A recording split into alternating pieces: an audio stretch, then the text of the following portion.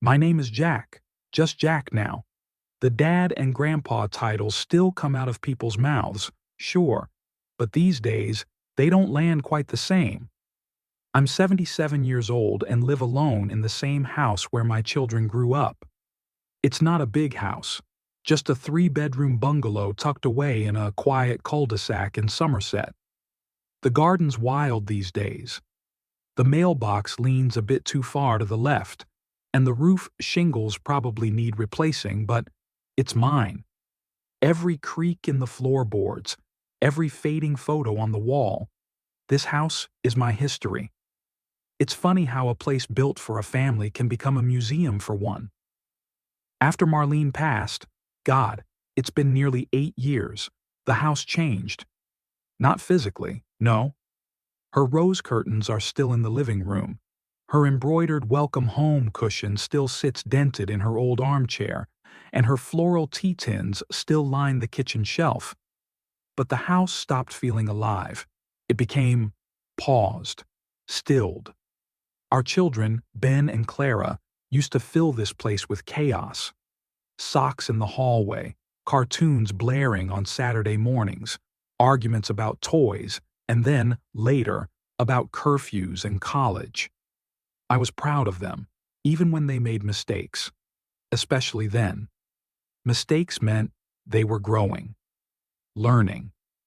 But somewhere along the line, I stopped being needed.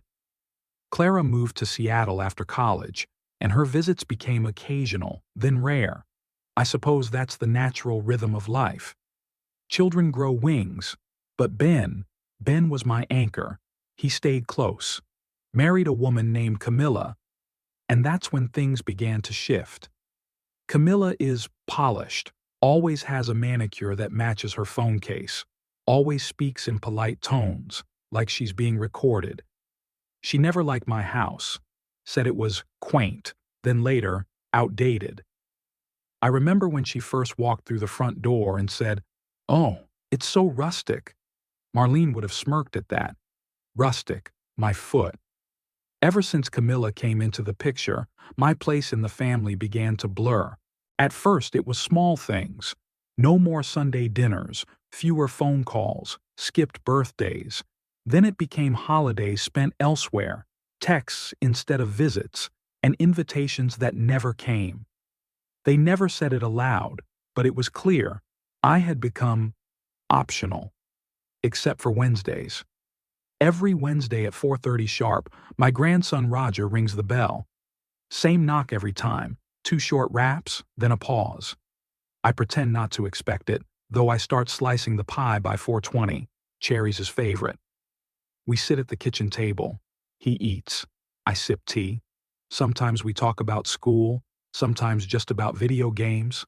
Sometimes we don't talk at all. Doesn't matter. Just having him there is enough to remind me I still matter to someone. That Wednesday, like every week, I cleaned up the living room, set out the good napkins, and made sure the pie was fresh from the bakery. Roger arrived late, 4:50. His hair was messy, his eyes on the floor. "No pie today, Grandpa," he muttered. "No pie?" I asked, trying to keep my voice light. "Mom says too much sugar's bad for you." I just nodded. Roger shifted uncomfortably, as if he didn't believe the words he was repeating. He only stayed 20 minutes. The next day, Ben texted me about a family dinner. La Trattoria, he wrote. 7 p.m. Saturday, all of us. La Trattoria, our spot. Marlene and I used to eat there every second Friday. The staff knew us by name. It was where we had our 40th anniversary dinner, where Ben once spilled an entire glass of cranberry juice onto my lap at age 10 and cried for 20 minutes thinking he'd ruined the night. I was thrilled. I hadn't seen Clara in almost a year.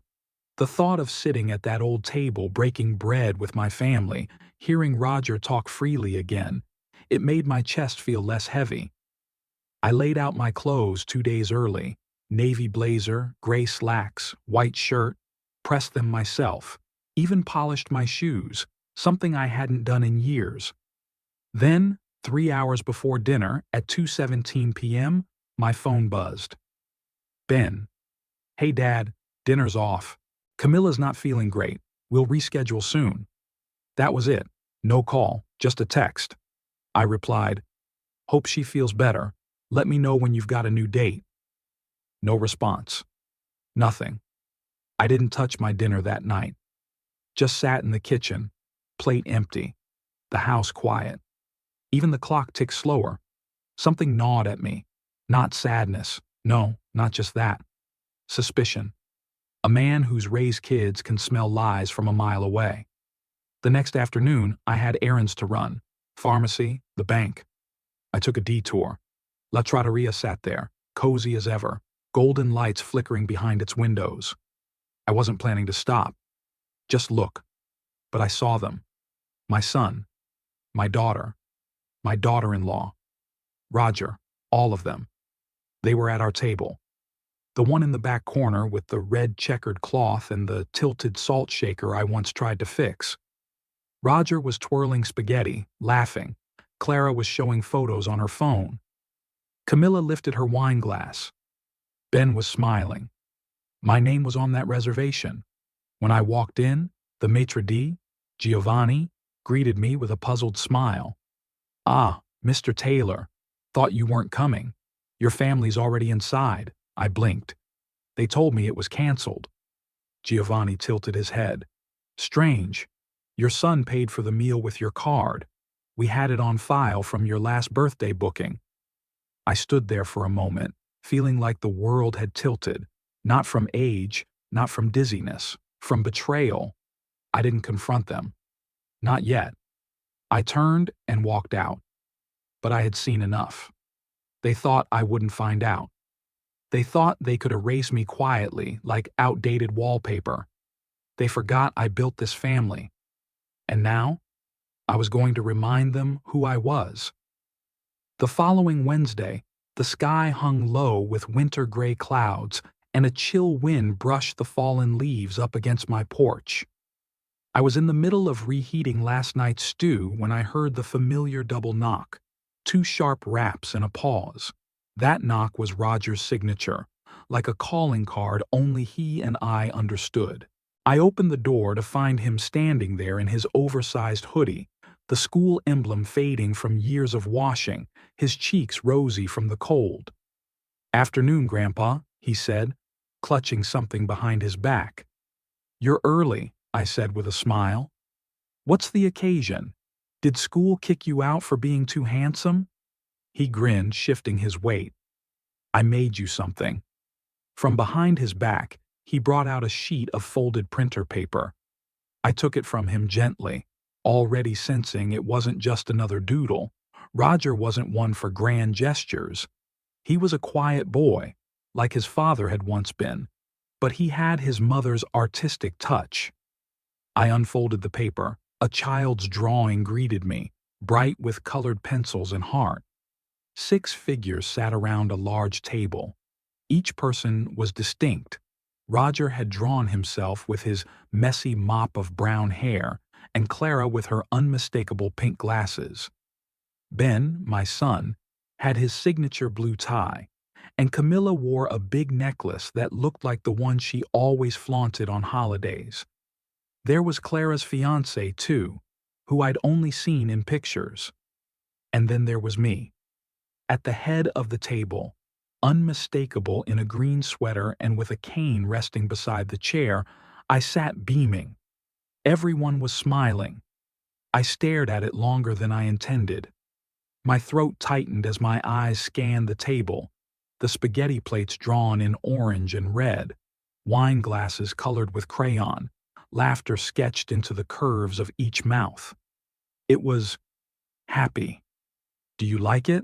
Roger asked, bouncing slightly on his heels. "I love it," I said hoarsely, then cleared my throat and tried again. "You've got real talent.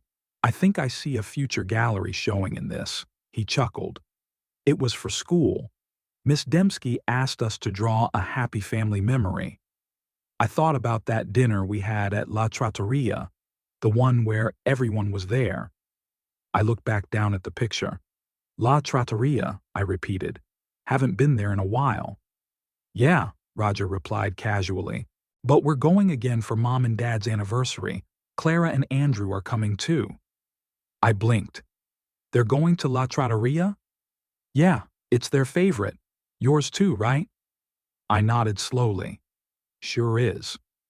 He took a seat at the kitchen table while I placed the drawing on the counter, hands still trembling slightly. Grandpa, he said, pulling out a folder from his bag. Do you have any pictures of Dad when he was my age? We're doing this family heritage project. I helped him look, and we passed the hour in easy conversation, but the image of that drawing stayed with me, haunting the edges of my thoughts like a ghost of what should be. That night, I sat in the recliner and stared at the drawing again. The colors seemed more vivid now, the smiles somehow sadder. Friday rolled around, Ben and Camilla's anniversary. I didn't call. Didn't want to make it awkward. If they wanted to celebrate with me, they'd invite me. I assumed they would, but they didn't. At exactly 2:12 p.m., my phone rang. Ben's name flashed on the screen. Hey, Dad, he began, his voice oddly neutral. Just wanted to let you know, Camilla's not feeling well today. So, we're postponing the dinner. No big deal. Probably just a stomach bug. Ah, I said. That's too bad. You had something planned? He paused a half-second too long. Yeah, just dinner with the family. Nothing major. Well, hope she feels better, I said. Keep me posted. Sure thing. Love you, Dad. Love you too. He hung up before I could say anything else. I set the phone down and stared out the window. The sky was darkening, not from dusk, but from storm clouds rolling in. Something gnawed at me, that same feeling I'd had the night I stood outside La Trattoria weeks ago. That old gut instinct. A man knows when he's being lied to, especially when the lie is wrapped in silk. Still, I let it go. The next morning, while sorting through my mail and bills, I logged into my online banking to check my credit card statement. I still did all my own finances, a habit Marlene instilled in me. The day you stop checking receipts is the day someone robs you blind, she used to say with a wink. As I scrolled, my eyes caught on one line, La Trattoria, $346.20, Friday, 7:41 p.m. I leaned closer, rereading it to make sure my eyes weren't playing tricks. Friday, the same night Ben told me dinner was off, the night Camilla was sick, the restaurant I hadn't stepped foot into in weeks, and the card, my card, was used to pay for it. My breath slowed, like the air in the room had thickened. I clicked the transaction details. It was real. Not a mistake. Not a duplicate charge. They'd gone. All of them. To my favorite restaurant. To celebrate an anniversary, I remembered even when they tried to pretend I wasn't supposed to be there. And they had the gall to charge it to me. I sat there in silence, the weight of it sinking in like cold water in my chest. I wasn't just forgotten. I was erased. Then used to foot the bill. On the fridge, the drawing still hung, pinned by a magnet shaped like a tiny red heart. Roger's depiction of a happy dinner. Me at the head of the table, smiling. I stared at it for a long time. Not angry, not yet, but something inside me shifted. That smile on the paper, that would be the last one they drew for me. The charge on my credit card didn't just show a transaction. It exposed something that had been simmering under the surface for years, something I had politely ignored, buried beneath layers of parental patience and the misguided belief that family would always come back to you in the end. They went to La Trattoria without me. They toasted their anniversary, laughed at their private jokes, smiled for their photos, and slid the bill onto my account like I was their forgotten sponsor. No one thought to ask if I wanted to be there, or worse, they did, and decided I shouldn't be. That's when I knew something had to change. I'd been quiet too long. I'd told myself that growing old meant becoming less relevant, and I had swallowed that with a steady diet of silence. But age doesn't erase dignity. and mine had been eroded slowly, insult by insult, hint by hint, until I barely recognized the man in my own mirror. I spent the morning walking through the house, stopping in each room like I was a visitor in my own museum. I ran my hand along the chipped wood of the kitchen table where Ben once carved his initials. Stood in the hallway where Marlene used to hang every one of Roger's school drawings like they were masterpieces. The scent of lemon oil still lingered faintly in the drawers from all the years she insisted everything had to be polished on Sundays. It was her house too, and I had let people disrespect it like a cluttered attic. Not anymore. That afternoon, I took out my old lockbox. Inside were neatly labeled folders, bank records, property titles, birth certificates, insurance, everything in order. I had always believed in preparation. What I hadn't counted on was needing to protect myself from the people I raised. I sat down at my desk and began drafting a new will. The original had been generous, equal shares to Ben and Clara, with a separate fund for Roger's education. It felt fair back then. I had believed they would continue the legacy of love Marlene and I built, the warmth of a house that had welcomed them through every phase of their lives. But they didn't want a legacy. They wanted what was left of me, stripped clean of memory, repackaged into a future they didn't plan to include me in. I scratched out the names, one by one. Roger would inherit everything: the house, the savings, the workshop in the back that still smelled of sawdust and old engine oil, the photos, the books, all of it, but only when he turned 25. Until then, it would be held in trust with clear instructions. He must complete his education, maintain regular contact with the trustee, and never, never allow Camilla or anyone else to influence the use of the estate. For Ben and Clara, I left letters. Personal ones. Honest ones. Not cruel, but not forgiving either. I didn't owe them that anymore. After drafting the changes, I called Daniel Sykes, my lawyer and one of the few men I trusted without reservation. "Jack," he answered warmly, "haven't heard from you in a while. I need to rewrite my will, Daniel, and I want it done right, quietly. Is everything okay?" "No," I said, "but it will be." He didn't press. He knew the tone. He set the appointment for Thursday morning. The next task was physical. I needed to reclaim the house itself. I called a local locksmith, Tommy's Locks and Home Security. A young man named Tommy came out the next day, wearing a cap and flannel shirt, his hands stained with grease. "Whole set?" he asked as he inspected the doors. "All of them," I replied. "Front, back, and the shed. Want to keep the old keys active for anyone else?" "No," I said firmly. "Only mine." Tommy worked for 2 hours, whistling softly as he drilled and replaced. I brewed us coffee, and we talked about the neighborhood, about how the trees looked especially gold this year. When he was done, he handed me 2 new keys. "Here you go. Solid deadbolts. No one's getting in unless you say so." "Perfect," I said.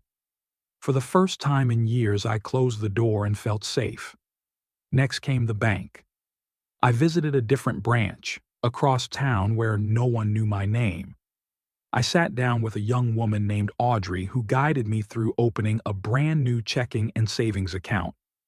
"No joint access?" she asked. "No," I said. "Just me." I transferred my pension, moved the bulk of my savings, and closed the account that Ben once had access to in case of emergencies. I canceled the credit card and shredded it right there in the bank lobby. Audrey offered me a polite smile. "Do you need checks mailed to your home?" "Yes," I said. "And if anyone ever calls claiming to be a family member asking about my accounts, I want a note on file.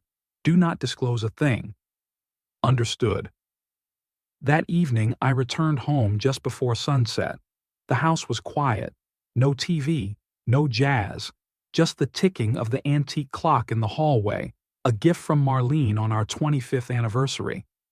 I stood in the entryway and looked around at the space I had allowed to become someone else's project. No more. This was my home, my fortress, my story. I placed Roger's drawing back on the fridge, straightening it carefully beneath the red heart magnet. The smiles on that paper weren't just fiction, they were hope, his hope, the kind I wouldn't allow his parents to extinguish. I looked out the window as dusk fell and the porch light flickered on. Let them come.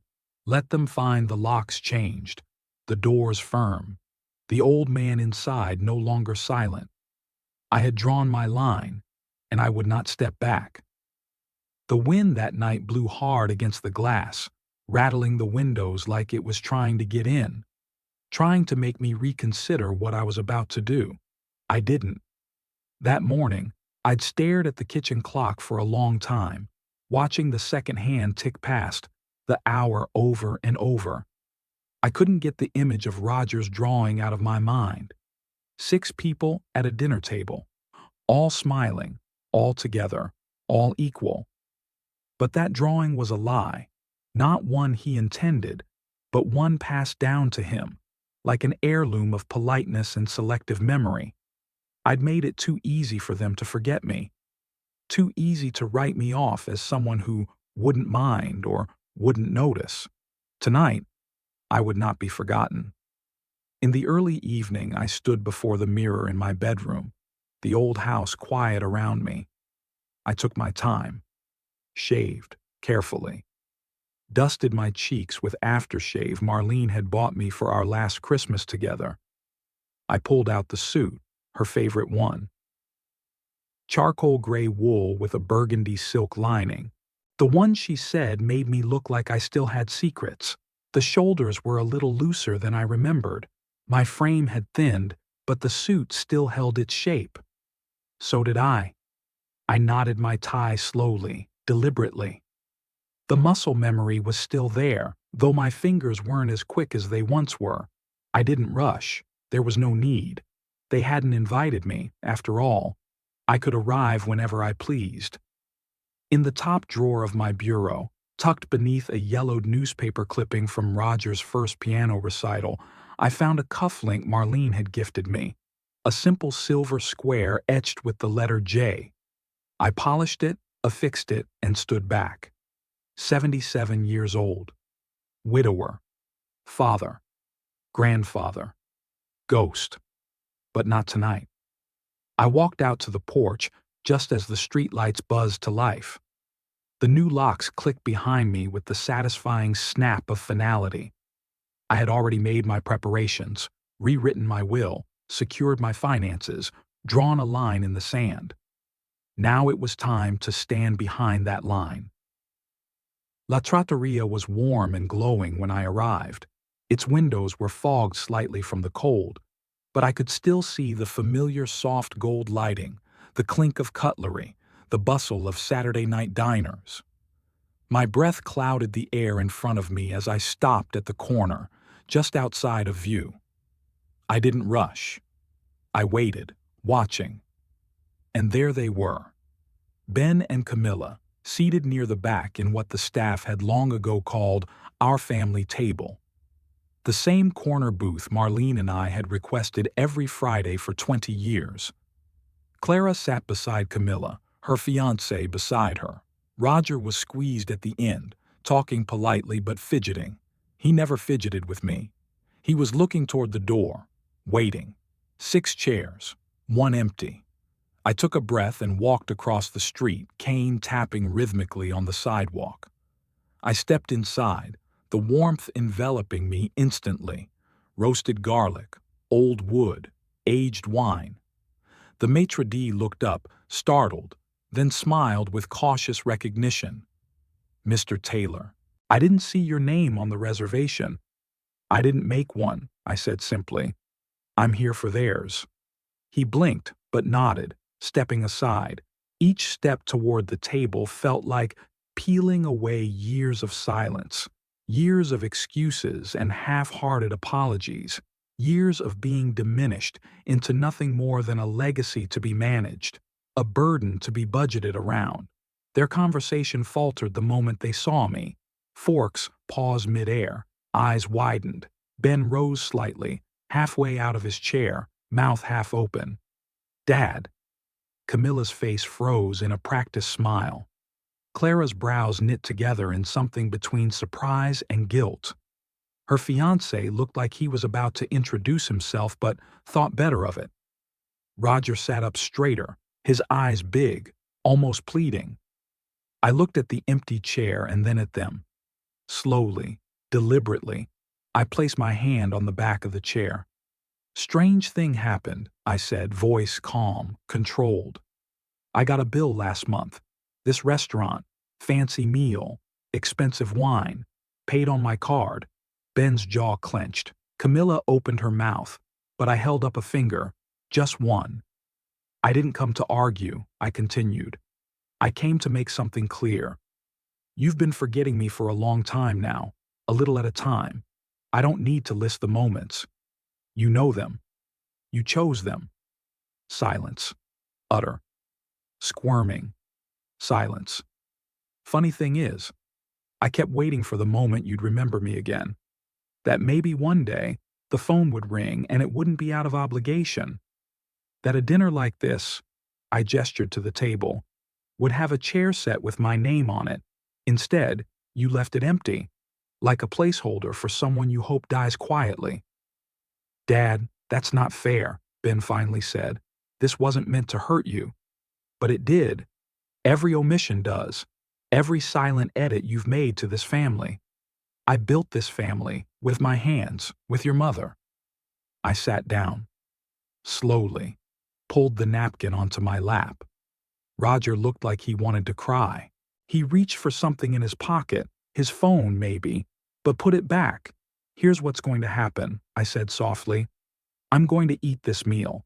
I'm going to talk with my grandson, and I'm going to enjoy my evening. You don't have to like it, but you will sit with it. Because from now on, you don't get to rewrite the guest list and leave me off." Camilla's mouth tightened. Clara looked away.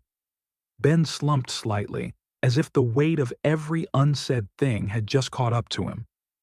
I turned to Roger and smiled. "So, how was school this week, kiddo?" And just like that, he smiled back. The rest of them sat in their chairs like strangers, their silverware suddenly heavier, their wine less sweet. But for once, I didn't care. They thought they could erase me. But I had arrived, on my own terms, and I wasn't leaving quietly. The silence was absolute.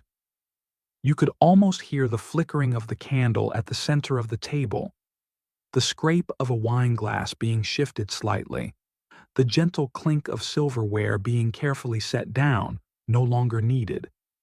It was the kind of silence that's thick with expectation, everyone waiting for someone else to say the first word. They didn't know that I already had the first word. I'd been holding it in for years. I looked across the table and took them all in, one by one. Ben's guarded expression, Camilla's perfectly measured blankness, Clara's flickering discomfort, her fiancé's polite confusion, and Roger's wide, searching eyes. He knew something real was happening. Maybe he couldn't name it, but he felt it. And I was tired of waiting.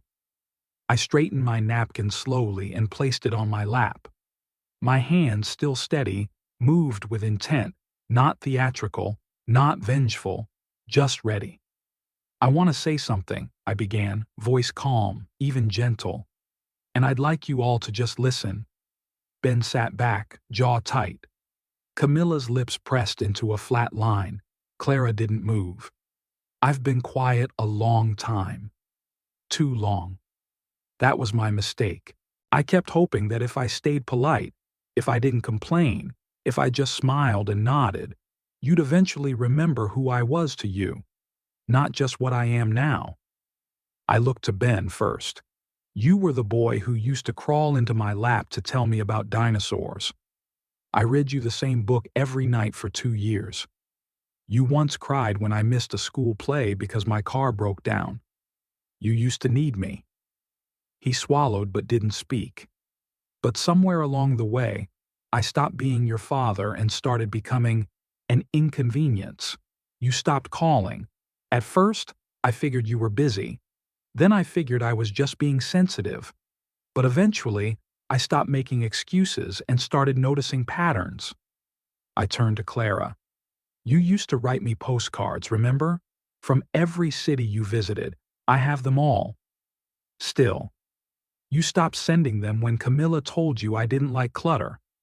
That was 7 years ago." Clara opened her mouth, but I held up a hand, not to silence her, but to keep this moment mine. "Camilla," I said, my tone level, "I'm not your father. I was never your project. But you came into this family and decided what fit and what didn't. And I didn't fit.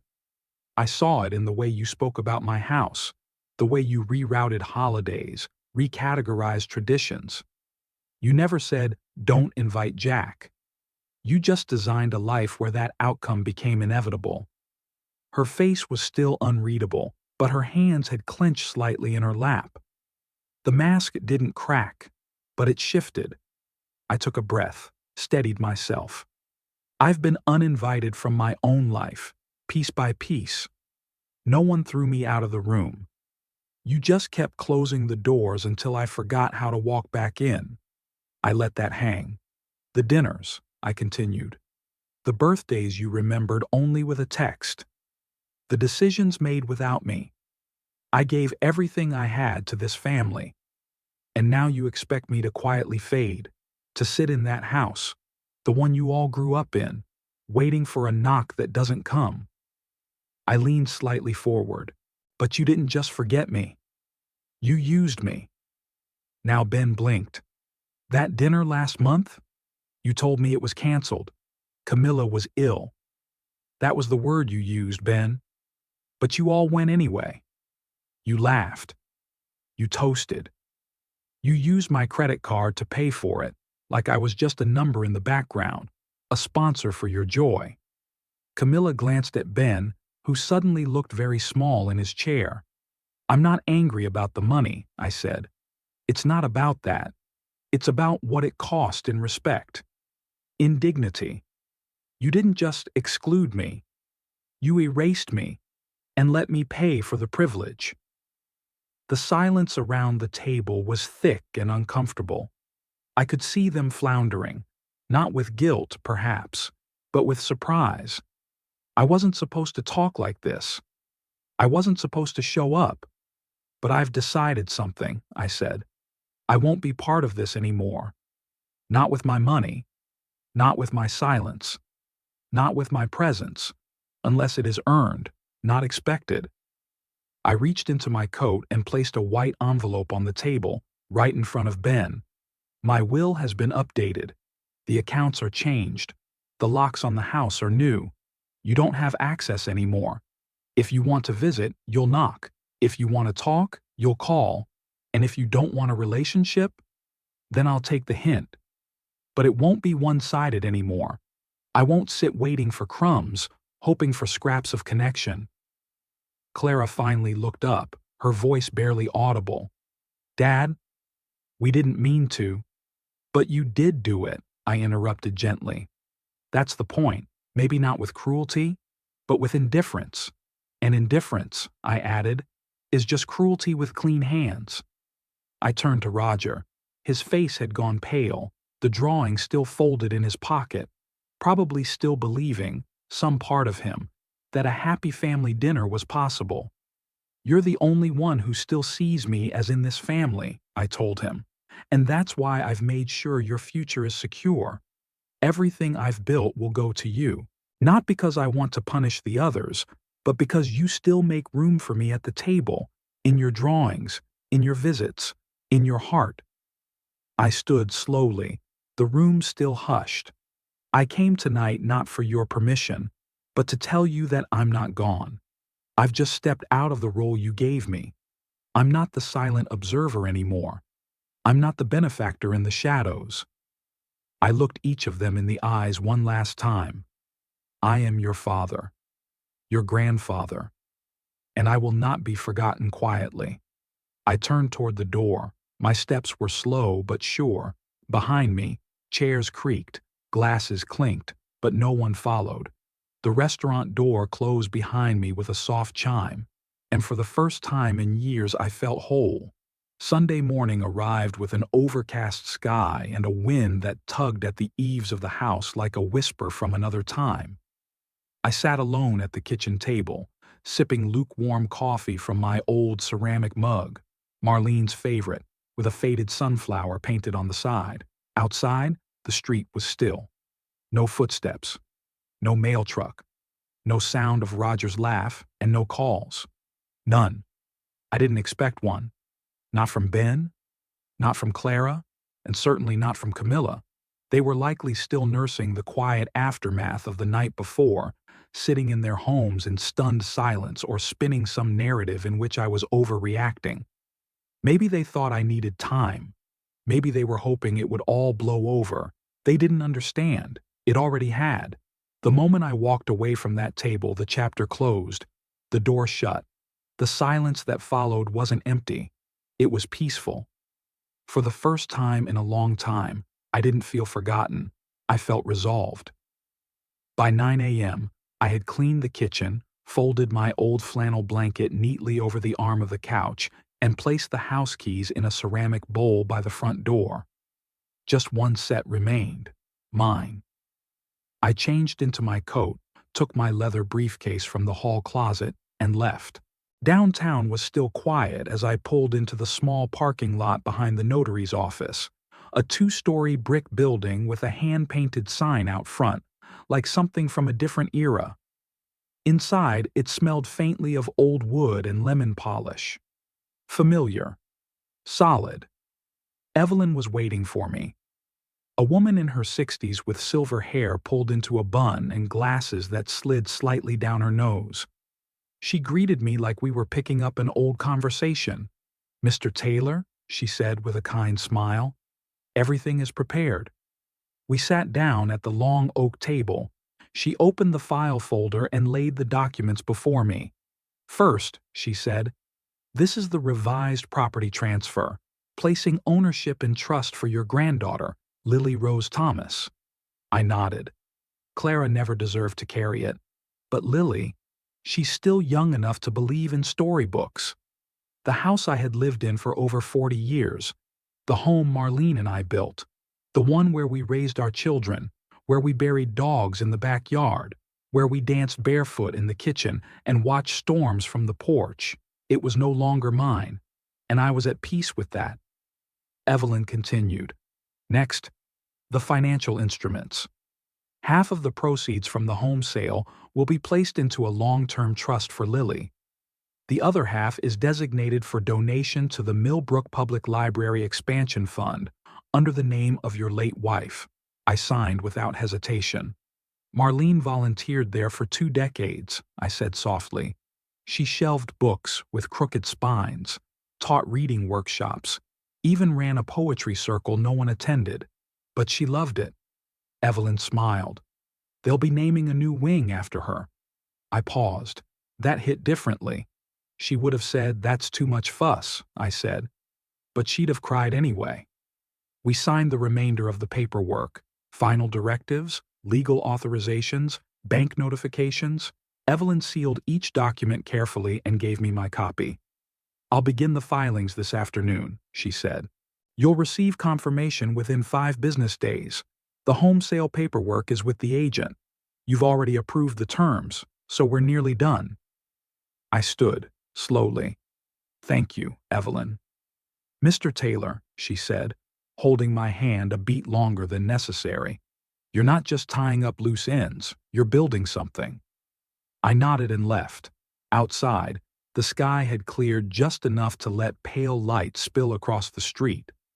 I stopped at a bench in the square, watching as a young mother walked her daughter past the bakery. The little girl had a book clutched to her chest, Charlotte's Web, Marlene's favorite. Back at the house, I didn't linger.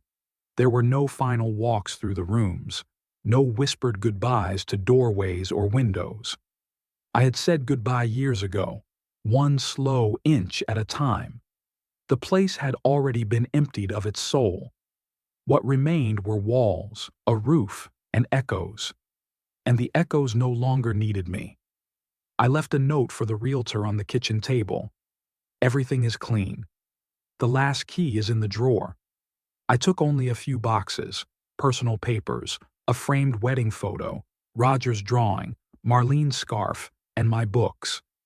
My new place wasn't far, just a modest one-bedroom rental near the river, enough for a desk, a recliner, and a shelf for memories that deserved to survive.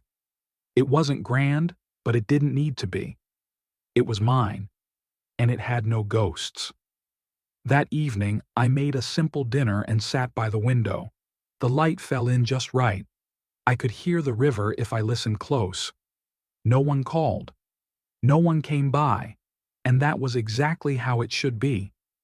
Tomorrow, I'd visit the library construction site. I wanted to see where the reading room would go.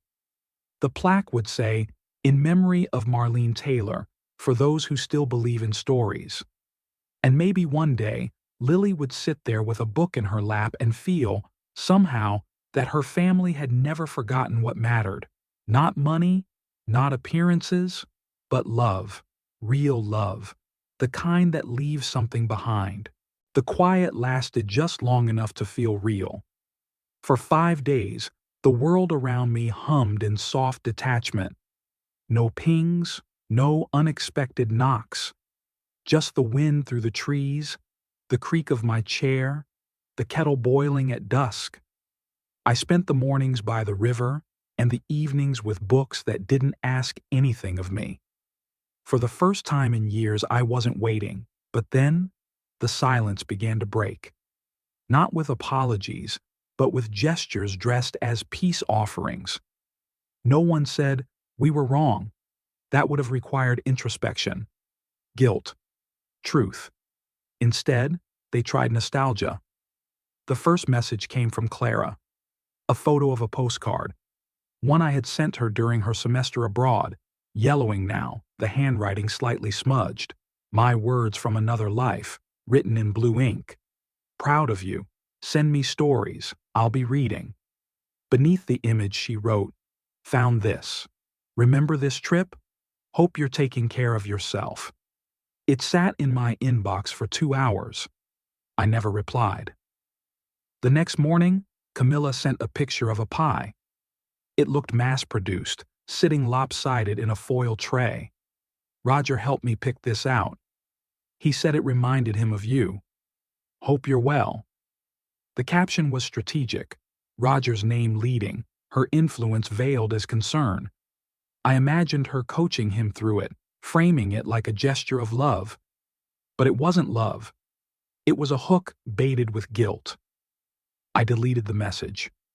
Then the phone rang. I didn't answer the first time, or the second. On the third call, the screen lit up again. Ben. I stared at the name a long moment, thumb hovering over the green icon. I wasn't expecting remorse. I didn't even expect truth. But I answered. "Dad," he said, his voice low and clipped. "We need to talk." I said nothing. There was a pause, the sound of traffic in the background. "I don't know what kind of message you thought you were sending last week, but it's tearing everyone apart." Still, I said nothing. "Clara's a mess. Camilla's trying to make things right, but you won't even answer her. And Roger's upset. You're putting him in the middle of all this." Finally, I spoke. I didn't put him in the middle. "You did." Another pause, shorter, sharper. "You think this is just about a dinner? About a bill?" I kept my voice even. "It's about years of being pushed aside, dismissed, used. And when I finally said no, you all acted like I was the problem." Ben scoffed. "You are the problem, Dad. You sit in that house like some wounded martyr, expecting everyone to chase after you. You never adapt. You never meet us halfway. You act like you're the only one who's been hurt." My fingers tightened around the phone. "You stopped calling me years ago," I said. "You stopped visiting. You spoke to me through your wife. You turned my grandson into a scheduling obligation. And now that I've removed myself from the equation, now you care? It's not that simple, Ben said, more defensively now. Families are messy. People drift. Drift implies no intention, I replied. This wasn't a drift. It was a decision, a series of them. And every time you left me out, every time you turned a blind eye to Camilla's manipulations, every time you told yourself I wouldn't notice, it was a nail in the coffin of this relationship. He didn't respond. I continued. I was at your wedding. I was there when Roger was born. I lent you money when you bought your first house. I watched your dog when you went on vacations. I did all that without asking for anything in return except inclusion, and even that was too much for you. Now his tone turned brittle. So what? This is your revenge? Cutting us off? Selling the house? Giving everything to Lily? This isn't revenge, I said. It's self-preservation. You're punishing everyone for your own loneliness. No, I said softly. I'm ending the loneliness. His breath hitched. You think we're just going to let this go? That we'll pretend it never happened? No, I said. You'll remember it. Every time you look at what's not there anymore, every time you realize the man you thought would always be waiting finally left the table. He went quiet, a long, sour silence. I thought you loved us more than this, he said at last. I did, I said. For a long time. Longer than I should have. Then I ended the call. I didn't cry. I didn't shake. I didn't replay the conversation in my head 100 times, looking for what I could have said differently. That phase of my life was over. I had chosen myself. Not in bitterness, but in peace. That evening, I sat by the river. A father was teaching his daughter how to skip stones. She couldn't quite manage it. They laughed each time the rock plopped into the water with a clumsy splash. She didn't get frustrated. She kept trying. I watched until the light faded, and in that moment, I wasn't thinking about who hadn't called. I was thinking about Lily, about the library, about the idea that maybe, just maybe, she'd sit there one day, reading aloud to a room full of children, never knowing that her family once forgot someone like me, and that somehow, from it, something beautiful grew. It was a Tuesday afternoon when Roger showed up. No text, no call, just the sound of his sneakers on the porch and a quiet knock on the door. 3 taps, then silence. I opened the door, and there he was, holding his backpack in one hand and a manila envelope in the other. Hi, Grandpa. He looked uneasy, like someone arriving not just with news, but with the weight of a secret too big for his age. I stepped aside, gestured for him to come in. He didn't move toward the kitchen like usual, didn't ask for pie. Instead, he sat down at the small dining table and laid the envelope in front of him. I need to show you something, he said. All right, I said, lowering myself into the chair across from him. But first, are you okay? He nodded quickly, too quickly. I'm not in trouble or anything, he said. But I know they've been blaming me for everything, for you leaving, for the dinner, for the will. I let out a slow breath. That's not your burden, Roger. What happened between me and your parents? It's not on you. I know, he said, his voice cracking slightly. But I saw everything. I heard things. He opened the envelope and slid its contents across the table. Printouts, screenshots, scans of scribbled notes, text messages, one side of phone conversations he'd overheard and written down. I picked one up and read, "Don't bother inviting him. Just tell him Camilla's sick again. He's better off alone. He makes everything awkward. We can use his card. He won't check until next week anyway." The words blurred slightly as I read. They were casual, indifferent. No malice, just convenience. And that's what hurt the most. They hadn't hated me. They just hadn't cared. Roger's voice pulled me back. I didn't want to believe it, he said.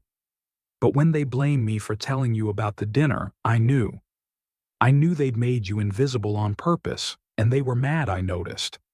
I reached across the table, placed my hand on his. You are not responsible for the cruelty of adults, I said. You didn't do anything wrong. You saw the truth, and that makes you braver than any of them. He blinked hard, tears threatening. I didn't know what to do.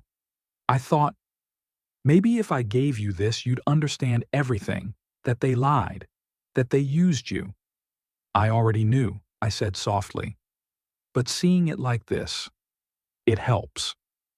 I gathered the pages and returned them to the envelope. Let me hold on to this, I told him.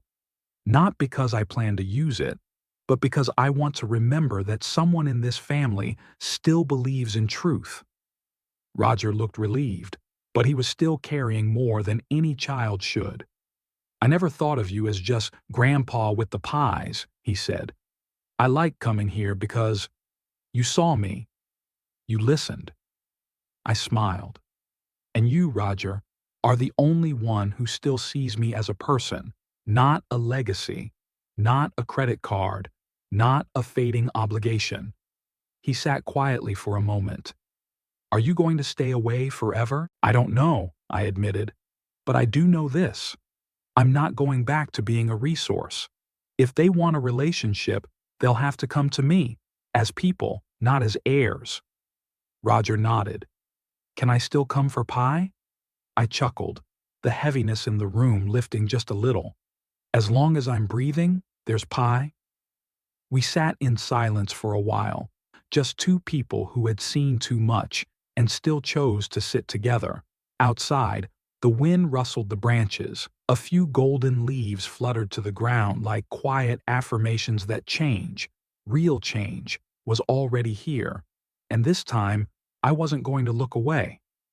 The apartment was small, just 2 rooms and a narrow hallway, but the windows faced south, and the light that came in every morning felt like a blessing. There were no ghosts here. No stair that creaked where Marlene once paused to catch her breath. No smudges on the hallway wall where little hands once braced themselves as they ran.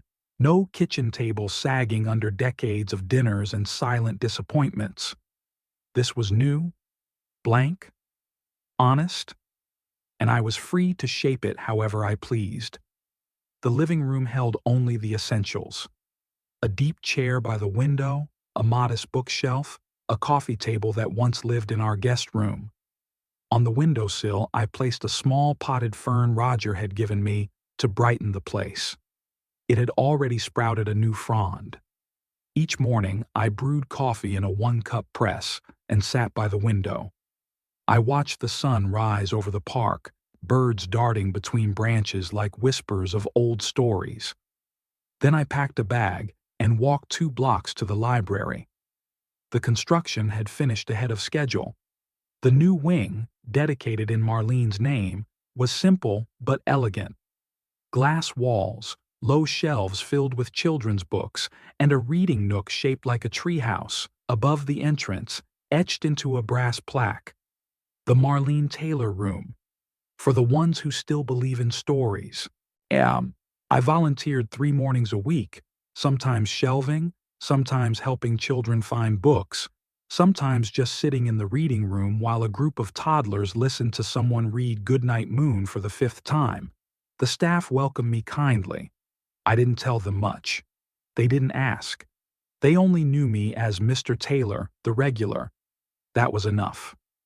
Every Wednesday Lily came. She would race through the entrance with her backpack bouncing, cheeks flushed from the walk with Clara's housekeeper. She always hugged me tightly, then sat cross-legged on the beanbag in the corner, opening whichever book she'd chosen that week. Sometimes we read together. Sometimes we sat in companionable silence. Last week, she told me she was writing her own story. It's about a dragon who opens a bakery, she explained, eyes gleaming. He's kind of grumpy but makes really good pies, I laughed. Sounds familiar. She beamed. She didn't know all that had happened, not in detail, but she knew this, that I had chosen her, not out of spite or politics, but because she had looked at me with pure, uncomplicated love and never once expected anything in return. Her visits were the best part of my week. As for my other children, they didn't call, not once.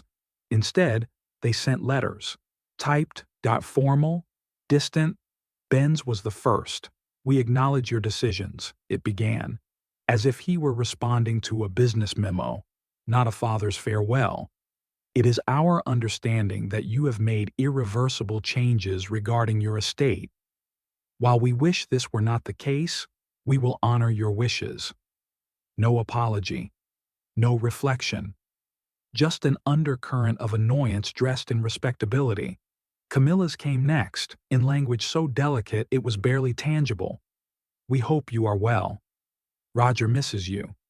While we may have had differences in perspective, I'm glad she has you. I hope someday we can talk again." I filed each letter in a box under the bed. I didn't respond. They had chosen their path, so had I. One day, I passed Roger in the library, though he pretended not to see me. He was with Camilla.